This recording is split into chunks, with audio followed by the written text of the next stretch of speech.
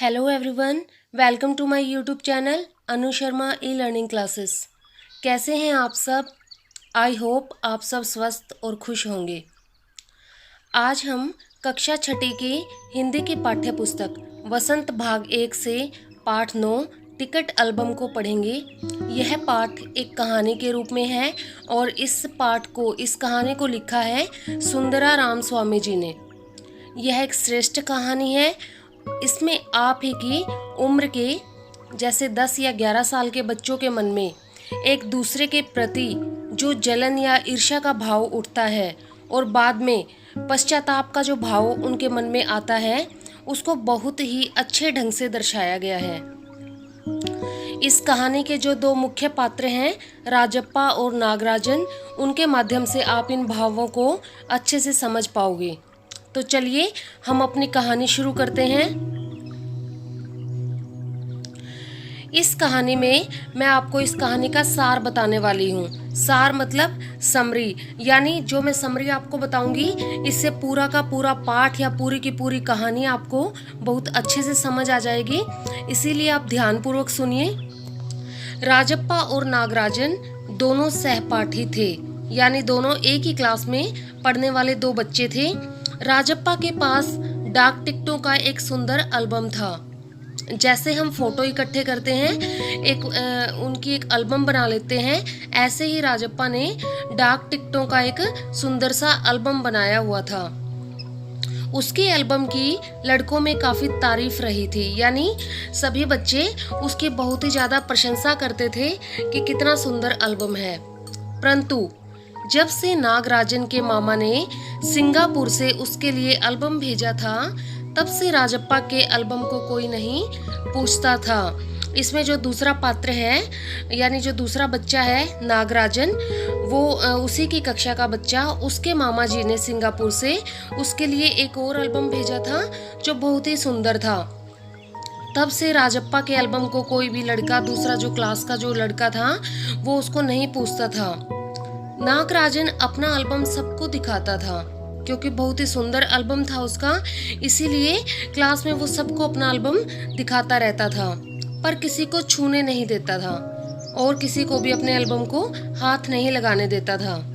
लड़कियों द्वारा मांगे जाने पर नागराजन ने एल्बम पर कवर चढ़ाकर दिया। ठीक है। इसके बाद शाम तक देखने के बाद उसने एल्बम वापस ले लिया। इस प्रकार से जब क्लास में उसके सहपाठी उससे एल्बम मांगते थे तो वह किसी को नहीं देता था, छूने भी नहीं देता था।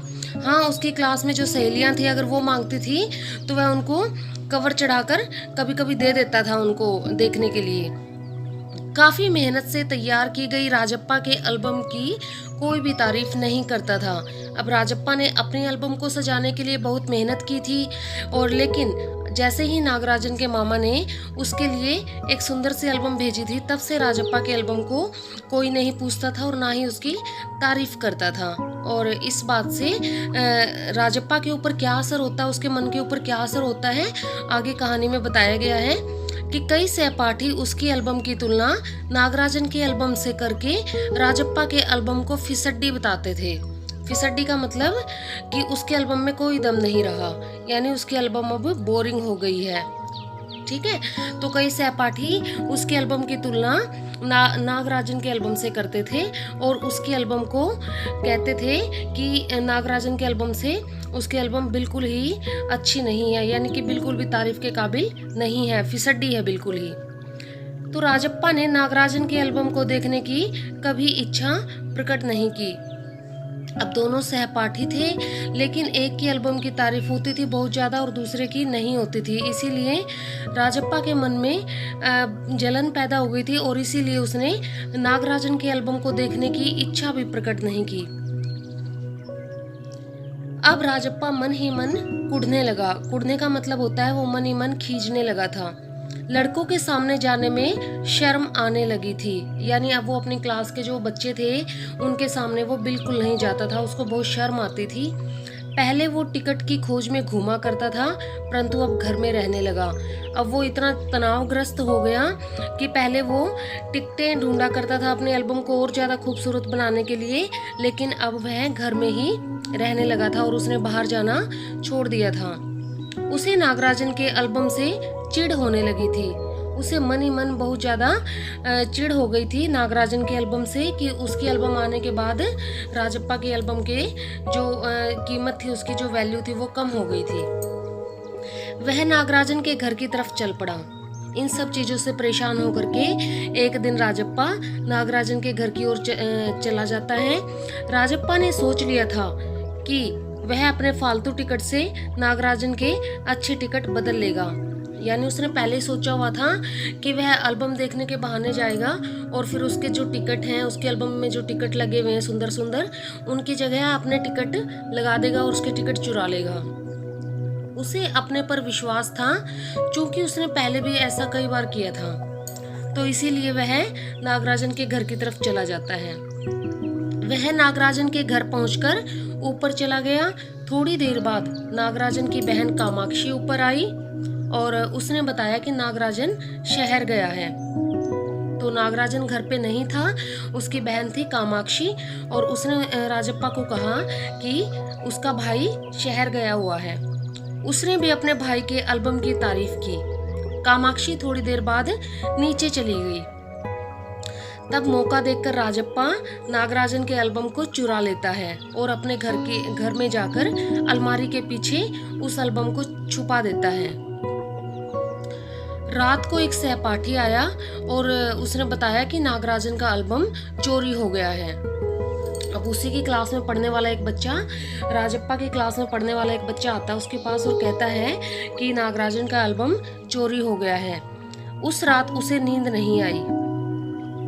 यानी वो सहपाठी बताता है कि नागराजन पूरी रात नहीं सोया एल्बम के चोरी हो जाने के बाद। सुबह को वह सहपाठी दोबारा आया। अब राजप्पा को भी नींद नहीं आई थी रात को।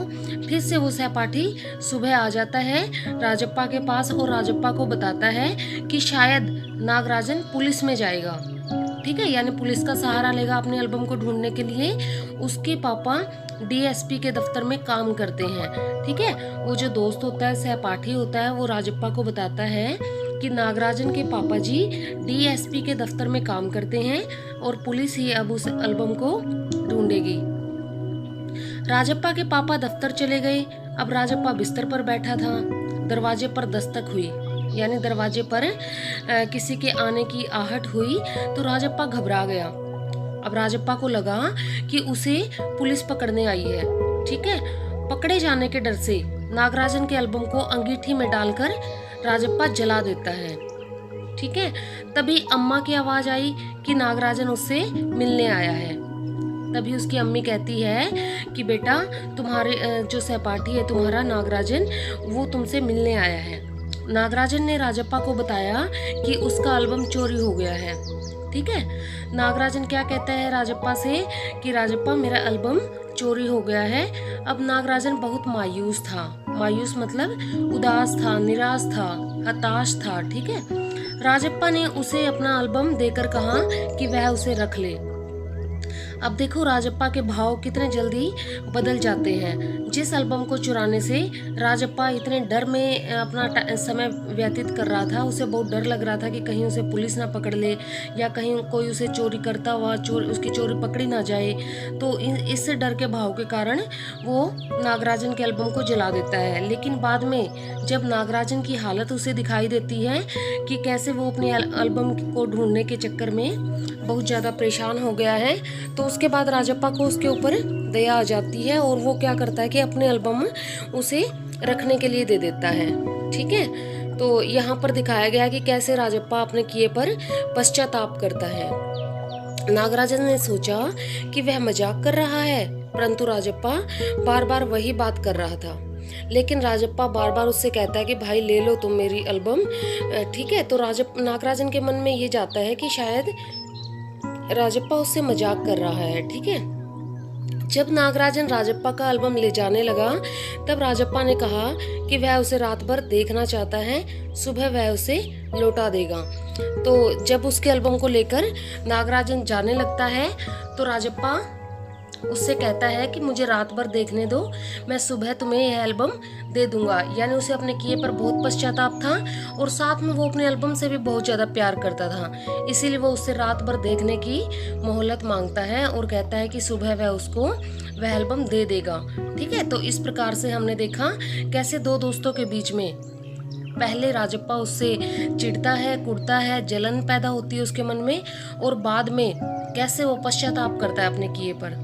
तो इस प्रकार से ये कहानी आपको बहुत अच्छे से समझ आ गई होगी। इस कहानी के अब आप शब्दार्थ लिख लीजिए। तो सबसे पहले आप सब बच्चे अपनी उत्तर पुस्तिका खोलकर बैठ जाइए और लिखना शुरू कर दीजिए। पहले मैं शब्दार्थ करवा देती हूँ। कठिन शब्दों के अर्थ। चबेना, जिसका अर्थ होता है चबाने के लिए भुने हुए चने आदि। अगुआ, अगुआ का मतलब होता है नेता। पगडंडी, पगडंडी का अर्थ है पैदल चलने से बना रास्ता।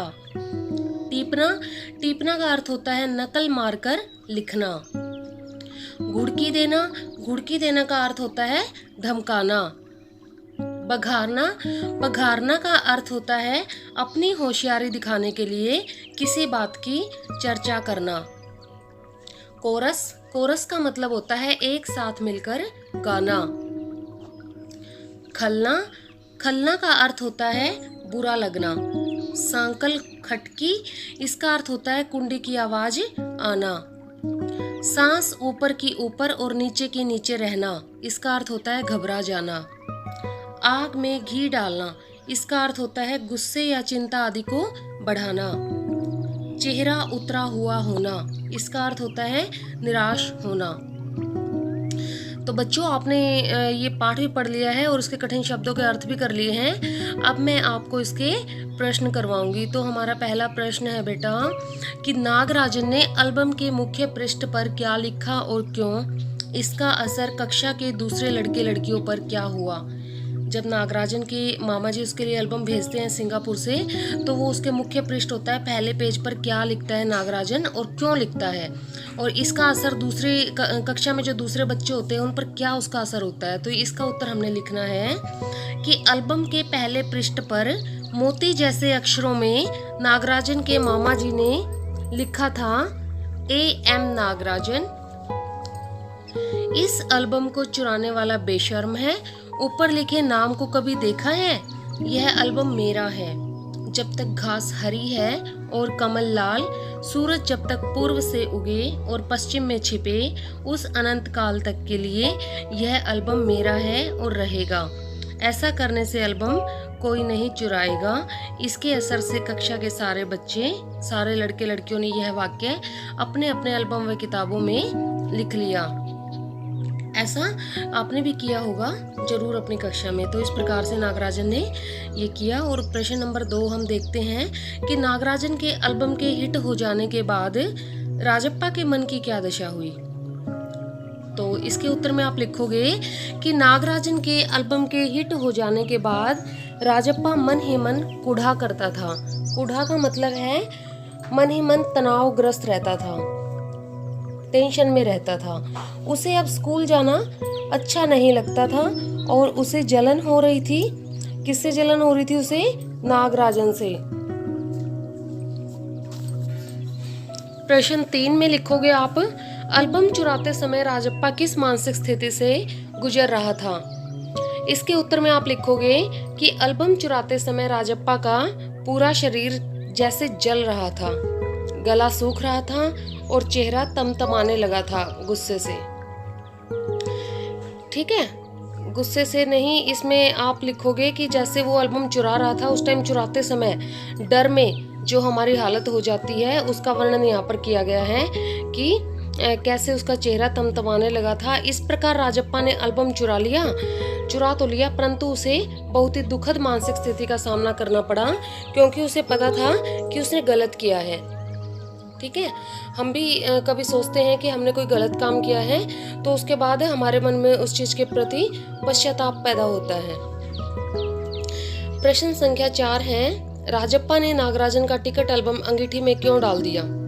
इसके उत्तर में आप लिखोगे, अपनी चोरी पकड़े जाने के डर में राजप्पा ने नागराजन का टिकट एल्बम अंगीठी में डाल दिया।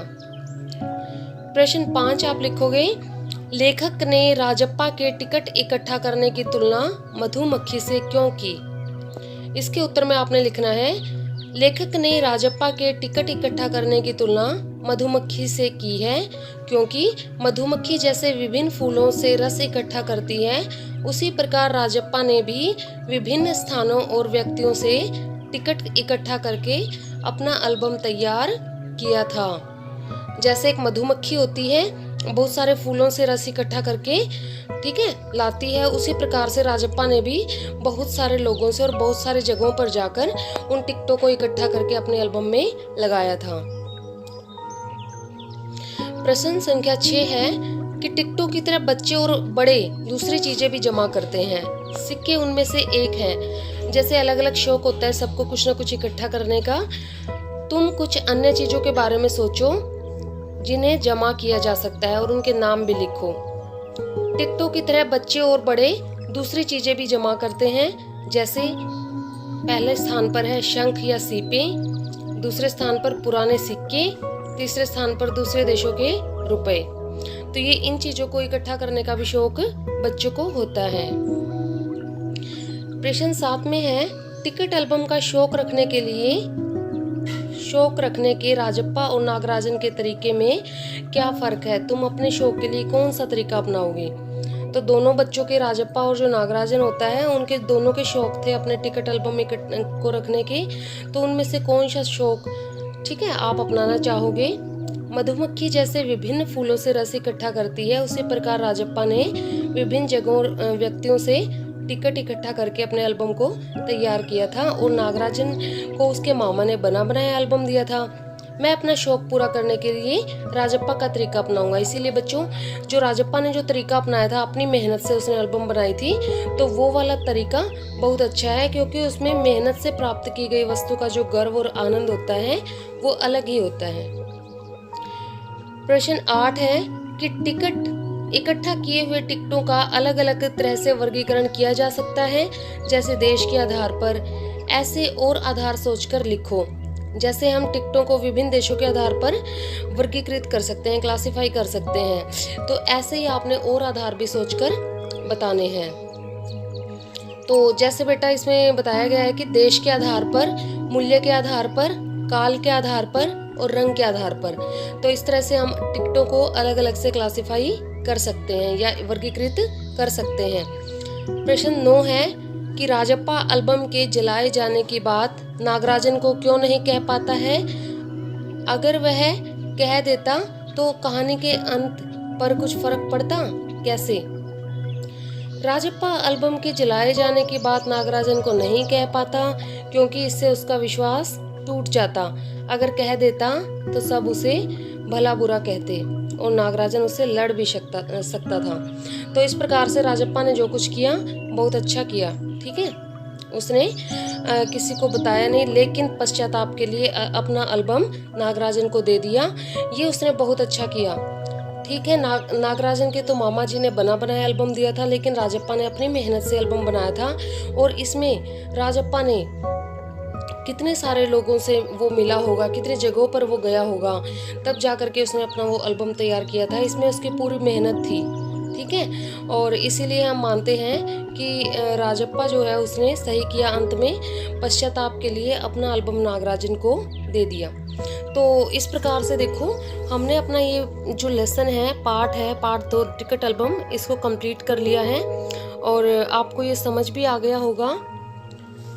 तो मैं आपसे एक बात जानना चाहूँगी कि अगर आपको ये कहानी ठीक से समझ आ गई है, मैं बात ये कहना चाहती हूँ आपसे, तो कमेंट में मुझे यस मैम बोलकर बताएं और वीडियो को लाइक करें और मेरे चैनल को सब्सक्राइब करें।